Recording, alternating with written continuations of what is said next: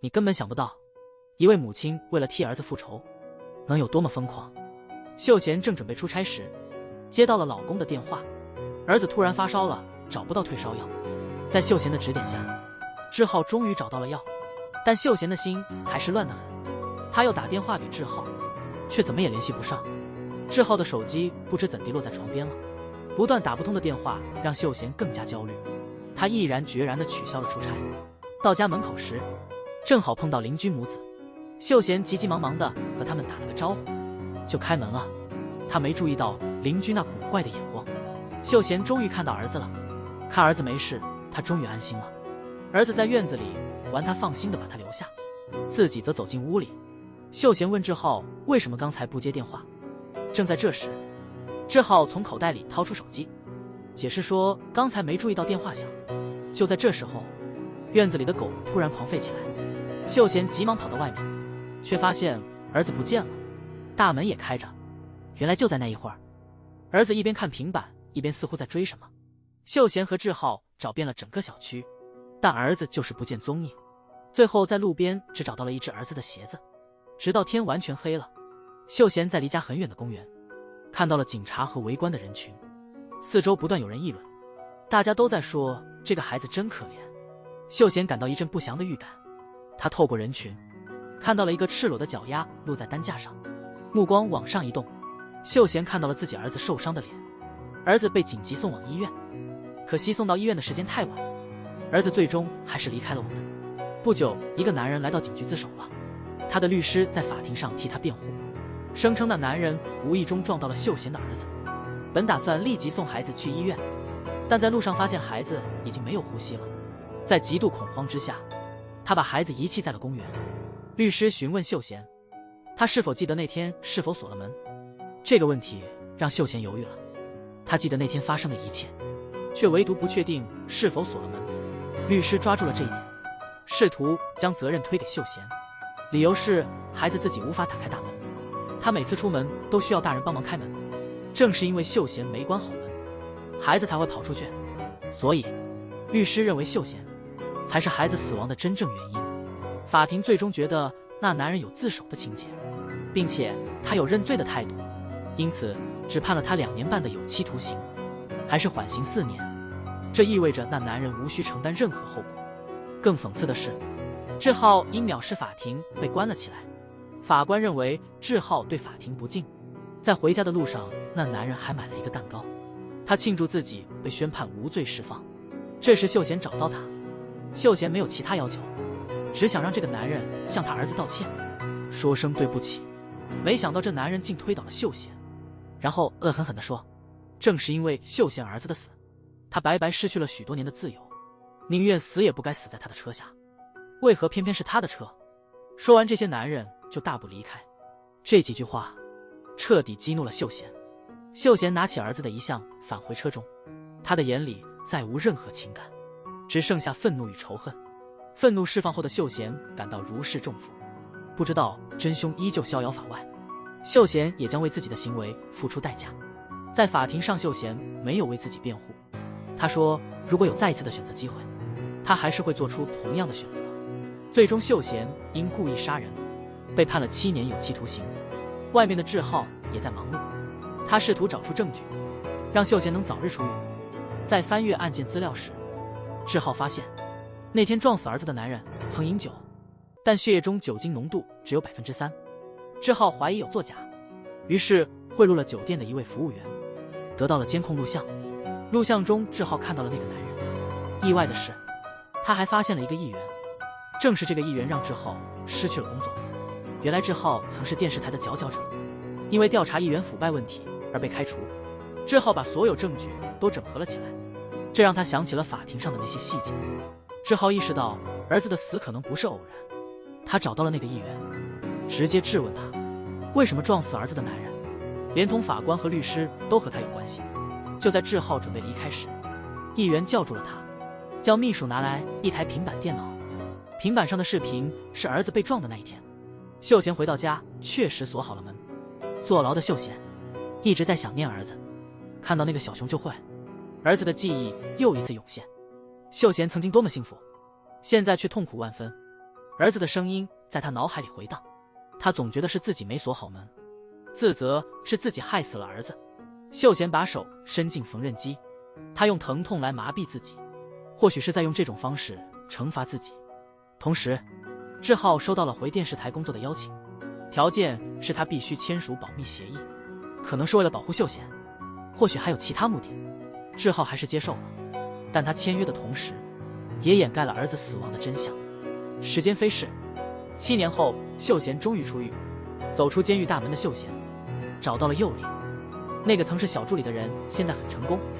为了感谢佑里照顾他母亲，秀贤请他吃了顿晚餐。佑里也买了一双和秀贤一样的凉鞋。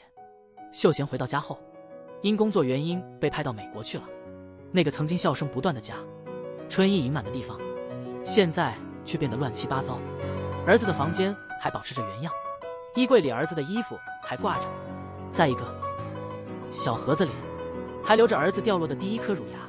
但所有这些已经物是人非了。那种刻骨铭心的思念瞬间充满了秀贤的身心，他紧紧抱着儿子的衣服，就这样睡了整整一夜。第二天他走出家门，却愣在那里。就在此时，一个电话打破了他的沉思，是警察打来的电话。原来秀贤在监狱里认识了一个大姐，这位大姐查出有癌症，她的日子已经不多了。她还有一个未了的心愿。大姐年轻时发现老公有外遇，愤怒到失去理智，她点燃了家中的房子，想要烧死丈夫和那个女人。哪知火势蔓延，旁边的一户人也遭了殃，不幸丧生。幸好他们的孩子被救了出来，这成了大姐心中永远的痛。她余生每天都在为那个孩子祈祷。现在她生命垂危，她请求秀贤把日记和存折交给那个孩子。出狱后的秀贤去警局找关于那个男孩的消息，从警方那里得知那孩子叫全善女。秀贤根据警方提供的地址找到了善女。秀贤将笔记本和存折交给了那位善良的女士，同时向她说明了自己的目的。没料到善律对秀贤表现出明显的敌意，她花了很大努力才忘掉了那段痛苦的记忆，现在却被秀贤重新提起。心神不宁的秀贤来到了妈妈家，恰好遇到从美国回来的志浩。出狱以来，秀贤一直在避开志浩，他在狱中就提出过离婚，尽管被志浩拒绝了，但他不想成为志浩的负担。志浩却不愿意就这样失去秀贤。志浩带秀贤回到了求婚的那个地方，秀贤觉得是自己让志浩失去了儿子，出于内疚，他重新接受了志浩。而在不远处的一个角落，一位神秘的人正注视着他们。不久，这位神秘人进入了一间昏暗的房间，墙上贴满了秀贤的照片，周围是所有与秀贤有关的人的信息。神秘人将一张照片放入信封，并在上面写下了某些话。与此同时，秀贤为了支持志浩的事业，参加了一个电视综艺节目。当他回到后台休息室时，发现那个信封已经放在桌上，仅仅因为没关好门，儿子便在车轮下惨死。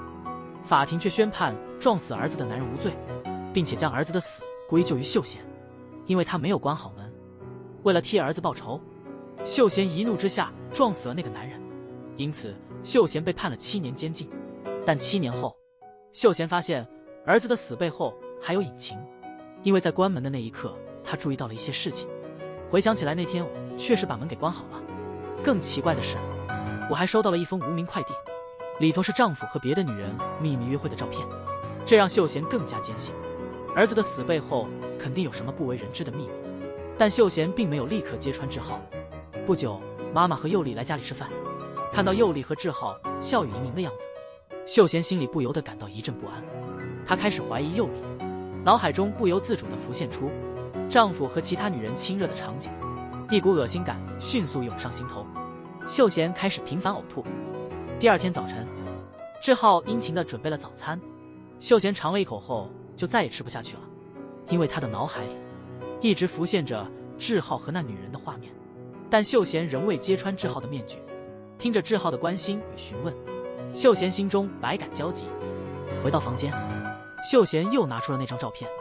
当他看到照片上的日期，想到那是自己服刑期间志浩背叛了他。但让秀贤困惑的是，这照片究竟是谁寄来的？那个晚上，秀贤走出咖啡店，又听到有人议论他是杀人犯。正当尴尬之际，一位邻居站出来帮他解围，秀贤因此拜访了邻居家，但他仍然很疑惑，为什么邻居不怕？因为和他有关联而被其他人议论。邻居说他其实不怎么放在心上，还得向秀贤表示感激呢。她是个单亲妈妈，秀贤和志浩经常伸出援手，她从秀贤身上学到了很多作为女性应有的优雅。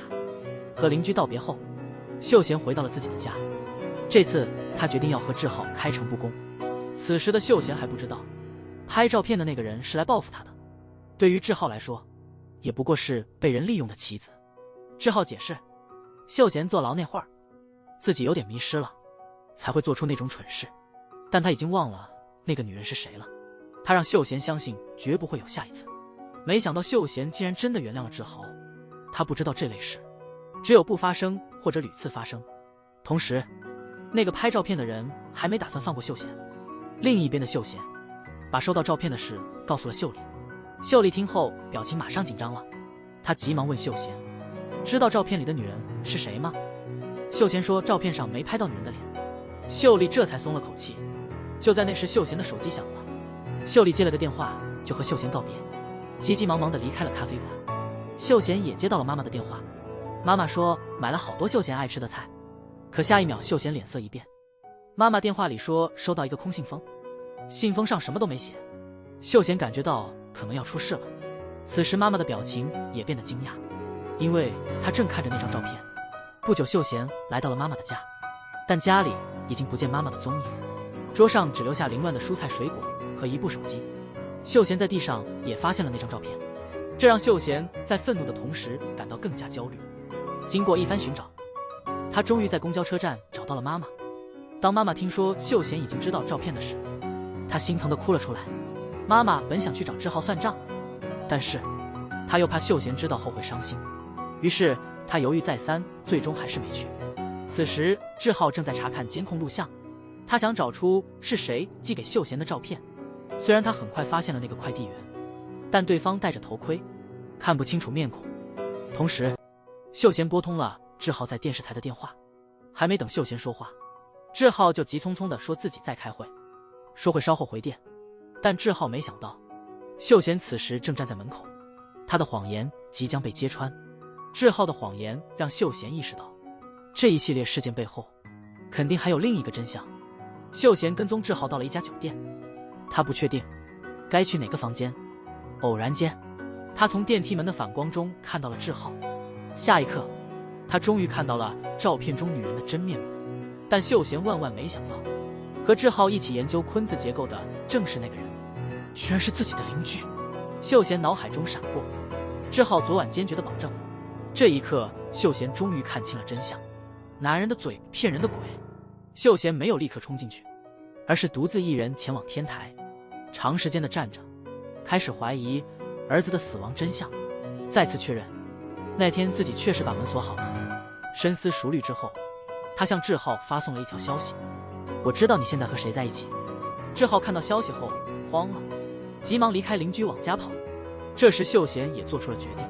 秀贤回家时，发现邻居的车也停在了门口，他先去了邻居家，质问邻居为什么会和志浩在酒店。邻居无言以对，心里却在嘀咕，秀贤这问题真尴尬，又显得无知。秀贤又拿出照片问邻居照片上的女人是不是他。邻居眼神闪烁，不敢直视秀贤。邻居的表情让秀贤明白了一切，没有继续追问的必要了。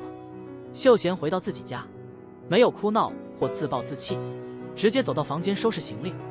志浩请求和秀贤谈谈，但秀贤不想理他，他的脑海里全是妈妈受的伤和儿子的死。志浩还想解释，秀贤却只想马上离开这个地方。志浩试图挽留秀贤，秀贤下意识地躲开了，他再也不想让这个男人触碰到自己，毅然决然地离开。他去了妈妈家，告诉妈妈自己要找出照片背后的人。妈妈却劝他不要陷入别人设的圈套，即使知道了真相又如何，到头来受伤的还是秀贤，反而让那些阴谋者得意。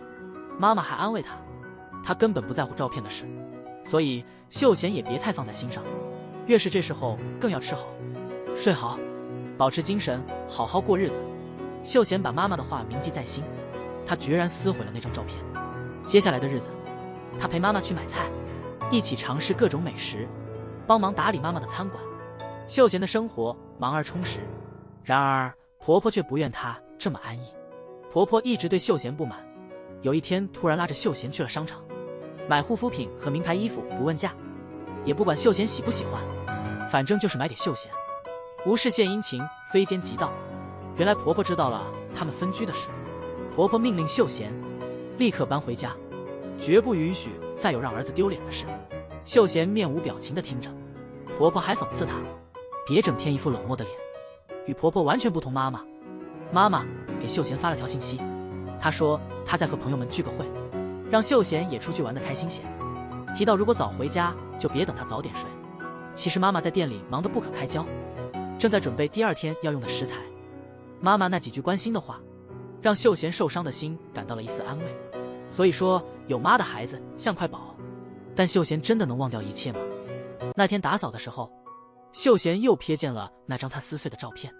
在那一刻，他意识到自己根本忘不了这事，更不能对儿子之死视而不见。秀贤把撕碎的照片重新粘起来，这次他注意到照片背后竟写着几个数字和个网址。秀贤赶紧在电脑上打开那网址，结果出来了，是篇报道，讲一个女人过马路被撞的新闻。秀贤有所觉悟，这报道和那照片之间说不定有什么关联。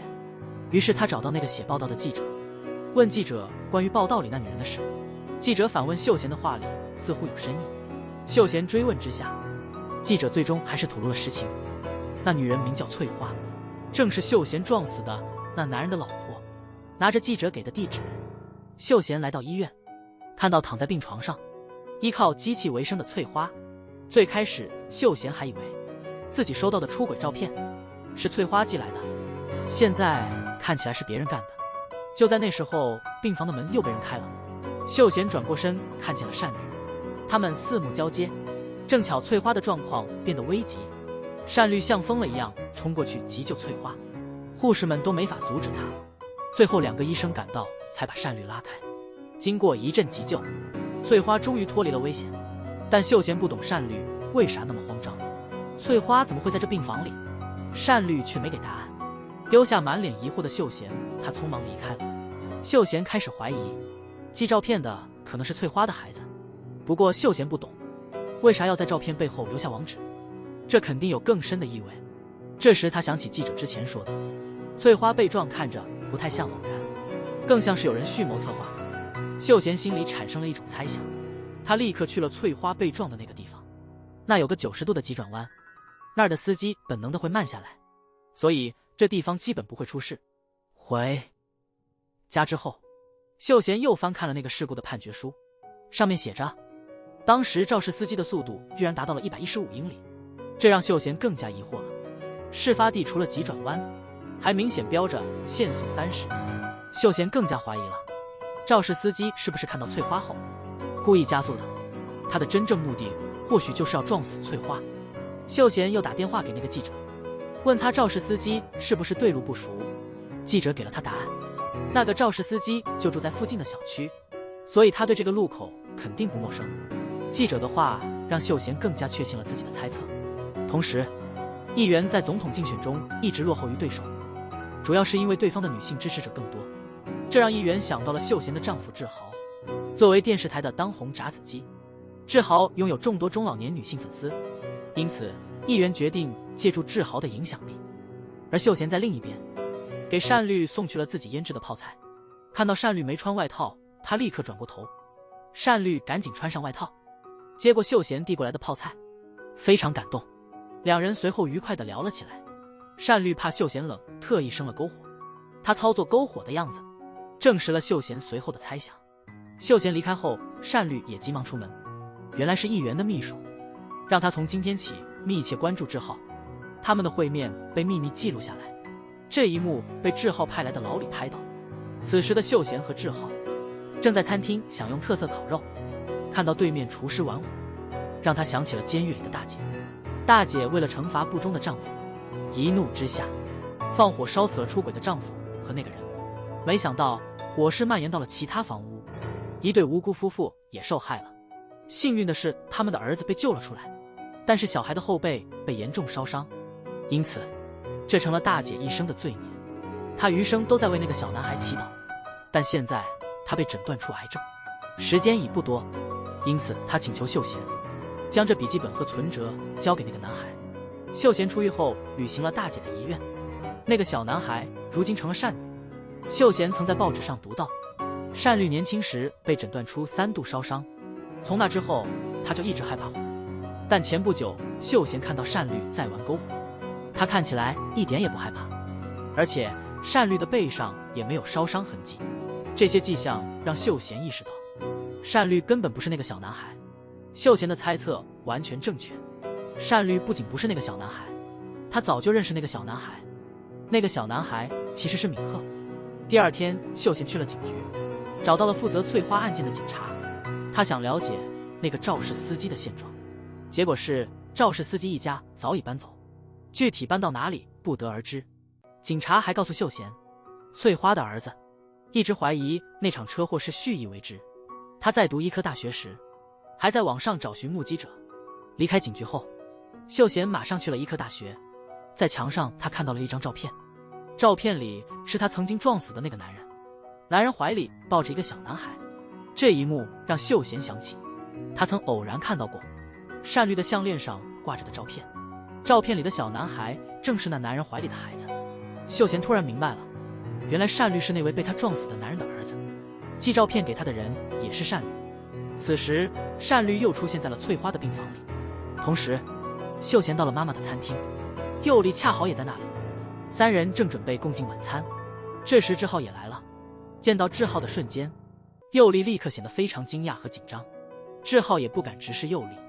秀贤注意到了这一切，回到家里，他又拿出那张照片，开始疑惑照片中那个看不清脸的女人是谁，同时感到困惑，善绿为什么要寄给他一张看不清脸的照片。此时善绿正在和议员会面，两人显得很熟络。原来在他父亲的葬礼上，有许多人来捣乱，市议员及时出面解决了问题。从那以后，议员开始资助善绿直到他大学毕业。翠花出生后，议员又承担了所有医疗费。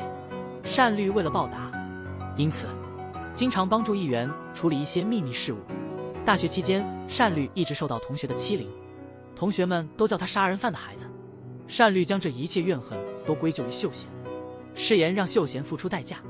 所以当秀贤因撞人被判刑时，他就坐在法庭里，亲眼看着秀贤被押进囚车。在秀贤服刑期间，他假扮志愿者进入监狱，了解秀贤的情况，甚至收买了狱警。得知秀贤要完成大姐的心愿，于是呢，善绿就借用了敏赫的身份去接近秀贤，还让秀贤慢慢的开始在意他，心里有了他。有次善绿的朋友问他为啥要绕这么大一个弯子去接近秀贤，直接告诉秀贤他是谁不行吗？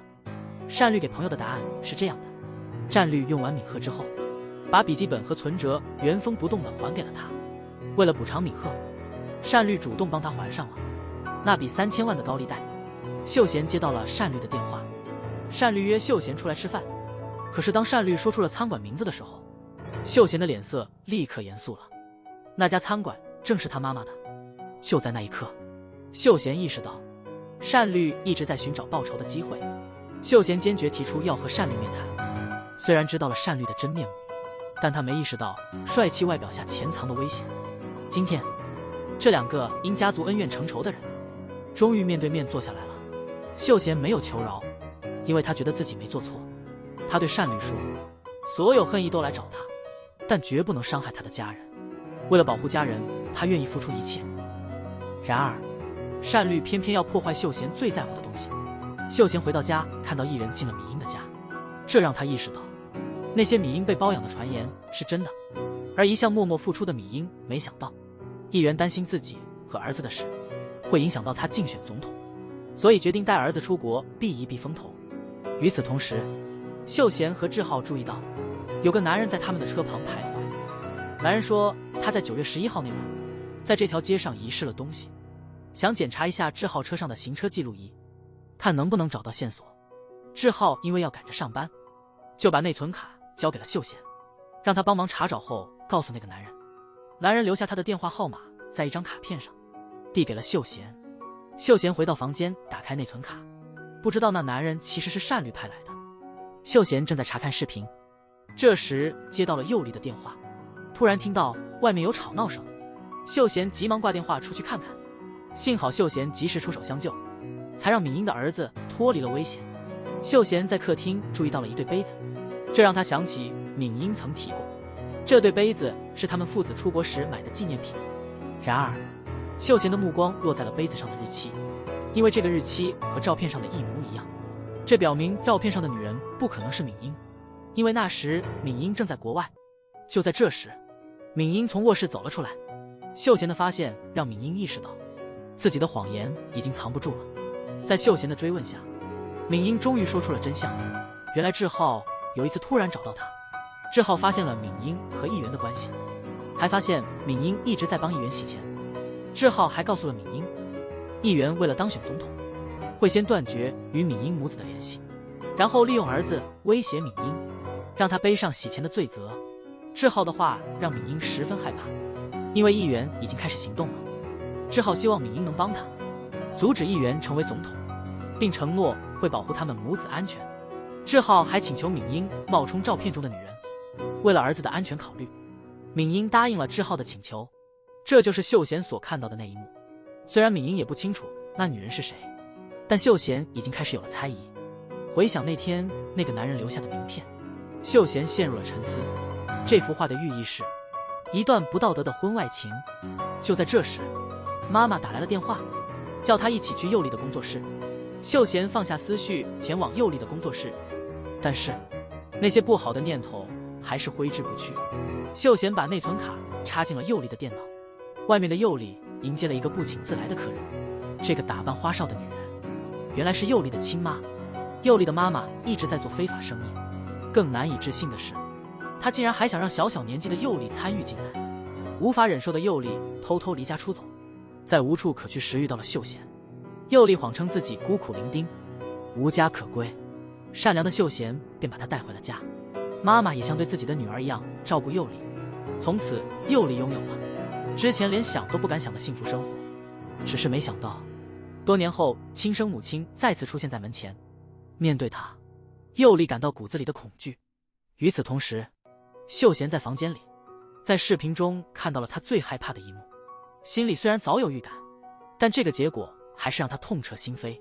在房间外，佑丽的亲生母亲悄悄地把一张照片塞进佑丽的口袋。说完这些，那女人转身就走，还从单丽手里接过了一叠厚厚的钞票。原来这一切都是单丽策划的，她就是想逐渐摧毁秀贤最珍视的东西。佑丽在洗手间拿出那张照片，满心惶恐不安，后悔和各种情绪涌上心头。志浩也在急匆匆地赶来的路上，因为他刚收到单律发来的那张照片。佑丽强装镇定地离开了洗手间，他还天真地认为秀贤什么都不知道，一个人先走到天台上，回想起和佑丽的那些美好时光，泪流满面。此刻此时，没有人能听他倾诉，也没有人能安慰他，更没有肩膀让他依靠。他只能一个人在黑暗中躲在车里独自舔舐伤痕。而这一切正是单律最希望看到的，为自己的胜利欢呼雀跃。等待这一刻，他足足等了7年，只能垂头丧气地走回家了。男人的膝下是黄金可踏，还是跪在秀贤面前求他原谅。但秀贤的心已经彻底冷了。他曾经想给志浩一次机会，即便照片里那女的是敏英，他都考虑过要原谅志浩，但背叛是他无法忍受的，尤其是志浩和佑丽一起背叛了他。同时，佑丽看着那照片，想起了自己的疯狂。那时秀贤还在监狱，志浩天天借酒消愁。那个晚上，佑丽把喝醉了的志浩扶回家，不知怎的竟然吻了他。更气人的是，志浩竟然没有抗拒。谁都不知道，他们的丑事全被单律拍下来了。第二天，佑丽深刻体会到后果，现在他比谁都后悔，可一切都迟了，最终逃不过要面对的。佑丽在秀贤面前不敢直视，这就是说啊，冲动的错误要用一辈子去补偿。秀贤原谅不了佑丽，但还是愿意把她当妹妹看，只是因为不想让妈妈伤心。秀贤想的太简单了，因为单律接下来要用他妈妈来彻底打败他。秀贤似乎也察觉到了，妈妈电话打不通，他立刻赶过去。到的时候看到家里乱七八糟，秀贤又打了妈妈的电话，电话那头传来的是单绿的声音。秀贤从单绿口中才知道了真相，妈妈被送进了医院。秀贤急匆匆地到了医院，单绿早就不见踪影。看着躺在病床上的妈妈，秀贤把一切都怪在单绿身上。妈妈对秀贤来说是底线。愤怒的秀贤直奔单绿家，正准备敲门，却发现门敞开着，心里满是疑问地进了屋。不经意的一瞥，发现书架上有自己写的书，正要把书放回，却意识到书架后面有秘密。一推密室显现在眼前，密室里的东西震惊了秀贤。屏幕上正在播他法庭受审的画面，墙上绳子上挂着他的照片，每张照片记录着他的日常，细节到每天的见面和活动，做过的每件小事。毫不夸张地说，单帅在监视秀贤的每个动作，他对秀贤的了解甚至超过了秀贤。看着屋子里的照片，秀贤既惊恐又不敢相信，同时志浩在忙着对付一位议员。他联手老李和敏英，搜集了对方的罪证，打算在直播期间曝光，用这些证据一网打尽。但计划没能成功。敏英带着罪证的时候，被议员手下困在了车库，议员却在直播中收获了支持。直播一结束，议员摊开那张照片，不加掩饰地威胁志浩，如果这事曝光了，志浩就完了。秀贤碰上了回来的单绿，秀贤还以为单绿是来报复他的，导致他妈妈住院了。他警告单绿不要伤害他周围的人，还告诉他妈妈的事故并非偶然。同时，志浩正在和团队庆祝，收视率又创新高了，大家都催志浩发表几句话。谁知道志浩此刻心情多烦乱。所以说，很多人在外表光鲜亮丽，笑容可掬，一关上门就是各种烦恼，真是家家有本难念的经。与此同时，秀贤在交医院费时，从护士那里听说是单绿把他妈妈送来的。原来单绿那天刚到餐厅，就发现秀贤的妈妈倒地不起，他没想继续对秀贤怀恨，而是赶紧送他去了医院。这让秀贤很迷惑，他本以为单绿会不管不顾，而此时的单绿接到了妈妈醒来的电话。长期昏迷的人醒来并不总是好事，可能意味着别的什么。当单绿满心期待冲向病房时，妈妈已经离开了这个世界。从此以后，单绿在这世上再无亲人，但是每个人都得面对种种痛苦和无奈的离别。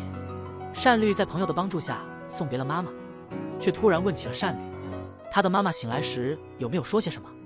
单绿没给出答案，但他想起了秀贤昨晚的话。单绿这么问，其实是在试探，因为他心中已有所猜测，但这话却让他不小心露了马脚。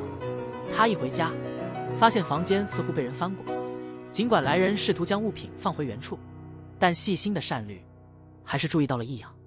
单绿马上联系了朋友，但没有找到任何窃听器或针孔摄像头。单绿猜想，对方可能在找些重要的东西。秀敏突然记起，单绿的妈妈临终前一直提到她的平板电脑。单绿立刻找到秀贤，追问他为什么说妈妈的车祸不是意外。秀贤向单绿透露，他调查过那辆车，目的就是要撞死他妈妈。原来秀贤一直在调查单绿妈妈被撞的真相。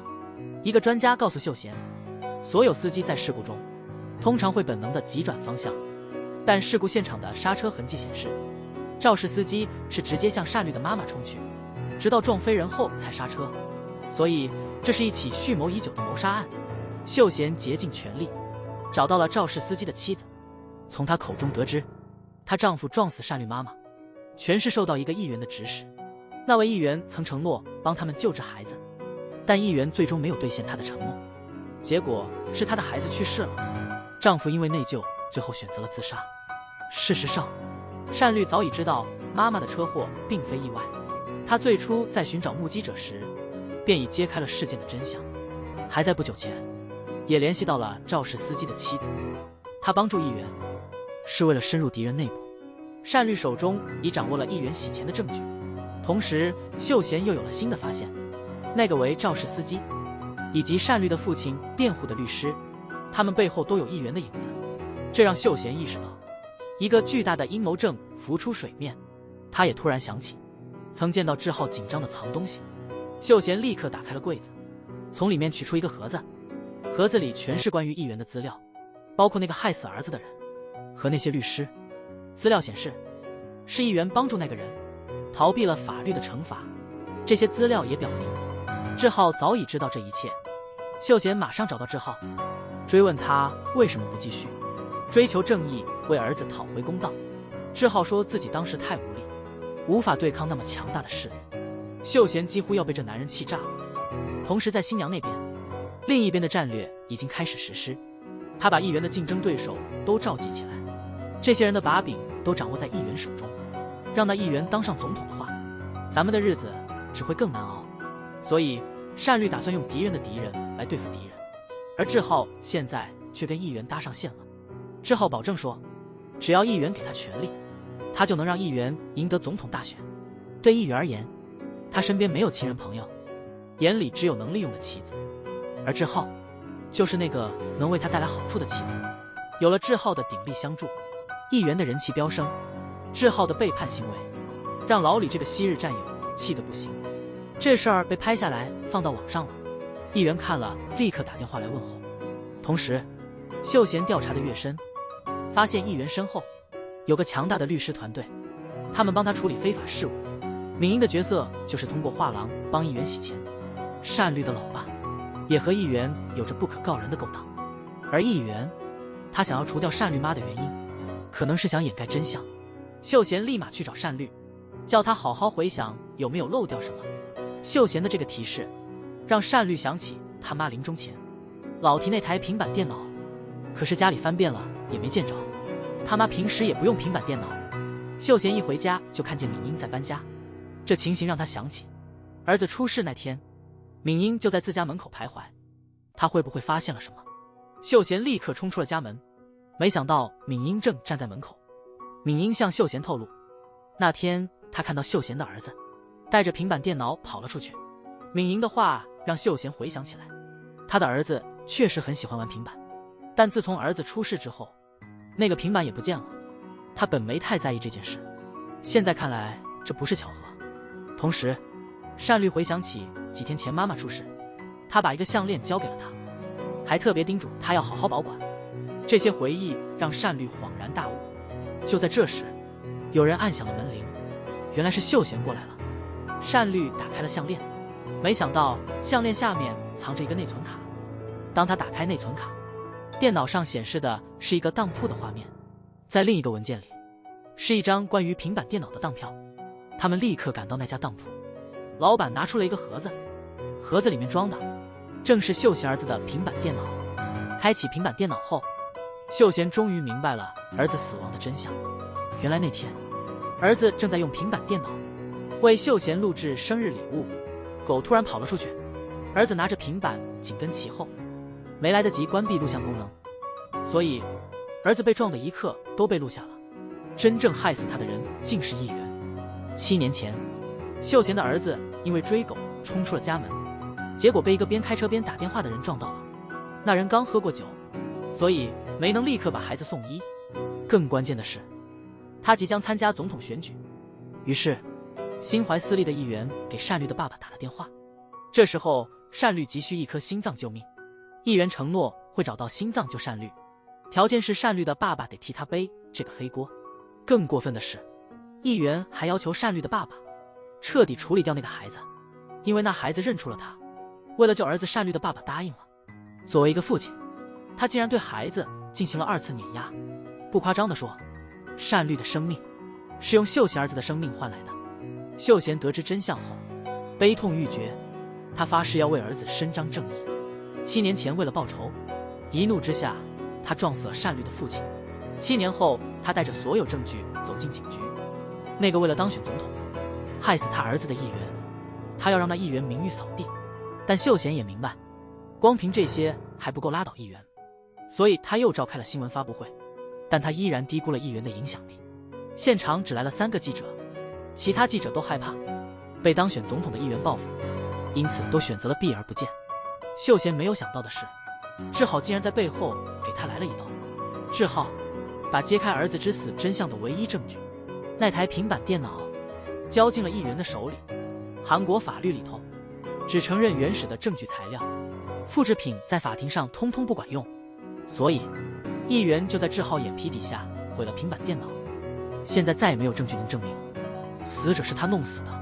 秀贤一回家就看到保险箱被撬开了，他知道这是志浩的手笔，可他一点也不惊讶，好像他早就料到会这么着。尽管关键证据没了，秀贤还是没放弃，他打算利用自己作家的名声来造势。记者们一听秀贤要出新书，都赶紧围了过来。现任议员坐不住了，把所有憋屈的火气全撒在了秘书身上。第二天，他在记者面前直说秀贤在诬赖他，还把杀秀贤儿子的罪名全推到了单绿爹身上。单绿看了报道火大了，冲去找议员，想把他从楼上摔下去。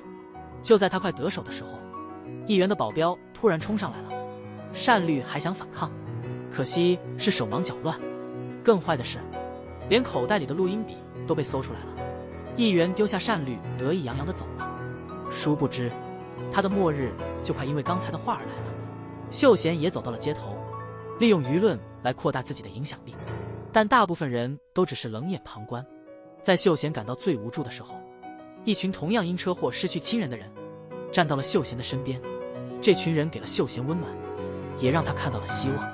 更让秀贤惊讶的是，他以前教过的学生也来支持他，甚至连小孩子都用稚嫩的声音为秀贤加油。这让秀贤瞬间充满力量，越来越多的人加入到他的行列中。而另一边的议员在竞选总统，自吹自擂，不知真相的支持者们还为他呐喊。在议员最兴奋的时候，他发现大家的目光都转向了大屏幕。原来志浩靠近议员的真正目的，是在保护秀贤的同时，为自己的儿子复仇。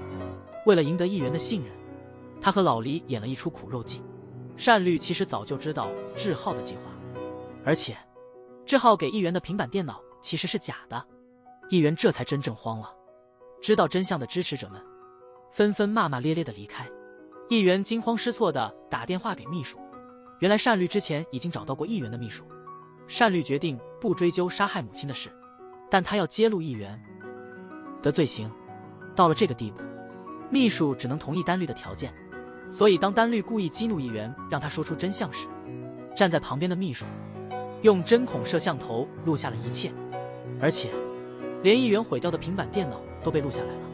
这时议员彻底无依无靠了，这时候只有警察愿意理他，并且还体贴地送给他一副不锈钢手铐。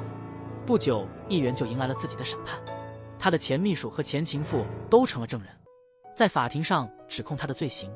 可惜韩国没有死刑，所以议员最终被判了无期徒刑。